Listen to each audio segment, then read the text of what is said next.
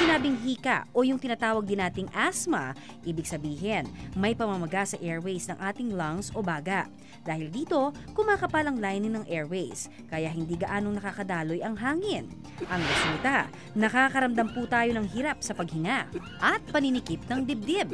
May kaakibat din itong ubo at wheezing sound o yung bang parang may humuhuni sa loob ng ating dibdib kapag tayo humihinga.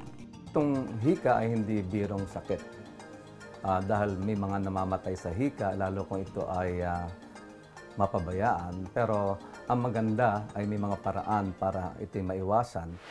Sa kasalukuyan, hindi pa rin tiyak kung ano ang sanhi ng hika. Pero isang bagay daw ang sigurado, na mamara rin ito gaya sa kaso ng pamilya Intela. Ang inang si Marilu at ang dalawang niyang chikiting na sina Alex, 7 taong gulang, at Sharina na sa 10 buwan pa lang, lahat sila hikain. Talaga namang it runs in the family. Oh, actually, sir, bata pa ako siguro mga 6 years old, 5 years old, ganyan. May hika na ako hanggang ngayon. 48 ako, dala-dala ko na yung hika ko. Lahat kami po kaya magkakapatid. 6 kami magkakapatid. Lahat kami may hika. Pagdating sa gamot sa hika, may kakaibang paniniwala raw noon si Marilu.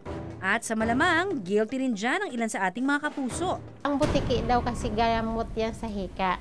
Iniihaw daw po yan, tapos pinipino, inumin, ilagyan ng konting tubig sa baso, tapos inumin. Nakakagaling daw po yan. Pero actually, hindi ko pa na-try yan, hindi ko pa nasubukan. Pero ang tanong, Dok, totoo ba na ang gamot sa hika ay ang butiki?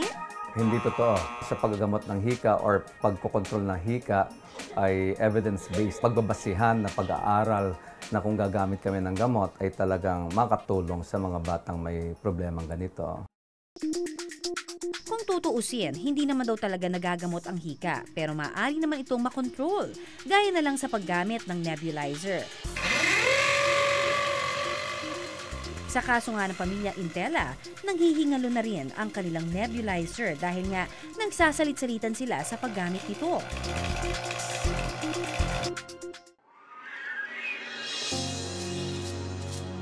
Pwede ring uminom ng salbutamol tablet kapag hinihika. At dahil nga masi kahit saan maaari itong umatake, makabubuti rin kung palaging magdadala ng salbutamol inhaler. Pero para hindi atakihin ang hika, ang pinakamaganda raw gawin ang umiwas sa mga tinatawag na asthma triggers. Una, mayroon tayong tinatawag na indoor allergens. Kasama na rito, ano ba kundi ang alikabok? Kapag nilanghap kasi natin ang dust particles, magdudulot ito ng irritation sa ating airways na siyang mauuwi naman sa pagsisikip ng daluyan ng hangin. Kabilang din sa indoor allergens ang tinatawag na pet dander o yung mga nalagas na balahibo ng hayop. Minsan nagsisimula yan na sa babahingin na sila, mga tiilong nila, mga timata, tapos ehem-ehem na, uubuhin na, and then dire-diretso na yung kanilang pag-ubo. Mayroon din naman tinatawag na outdoor allergens, gaya syempre ng usok at polusyon. Kaya mga kapuso, dapat iwas tayo sa bad air day. Magsuot ng mask kung lalabas ng bahay para hindi hikain. Kabilang din sa outdoor allergens ang tinatawag na pollen o yung microscopic particles na inire-release naman ng mga halaman. May mga pagkain din na maaaring mag-trigger ng asthma, kabilang na rito ang iba't ibang seafoods, mani at itlog.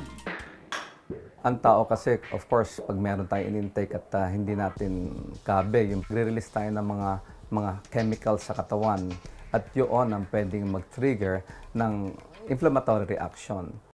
Sa ngayon, may makabagong medical procedure na rin para sa mga nakakaranas ng malalang kaso ng hika.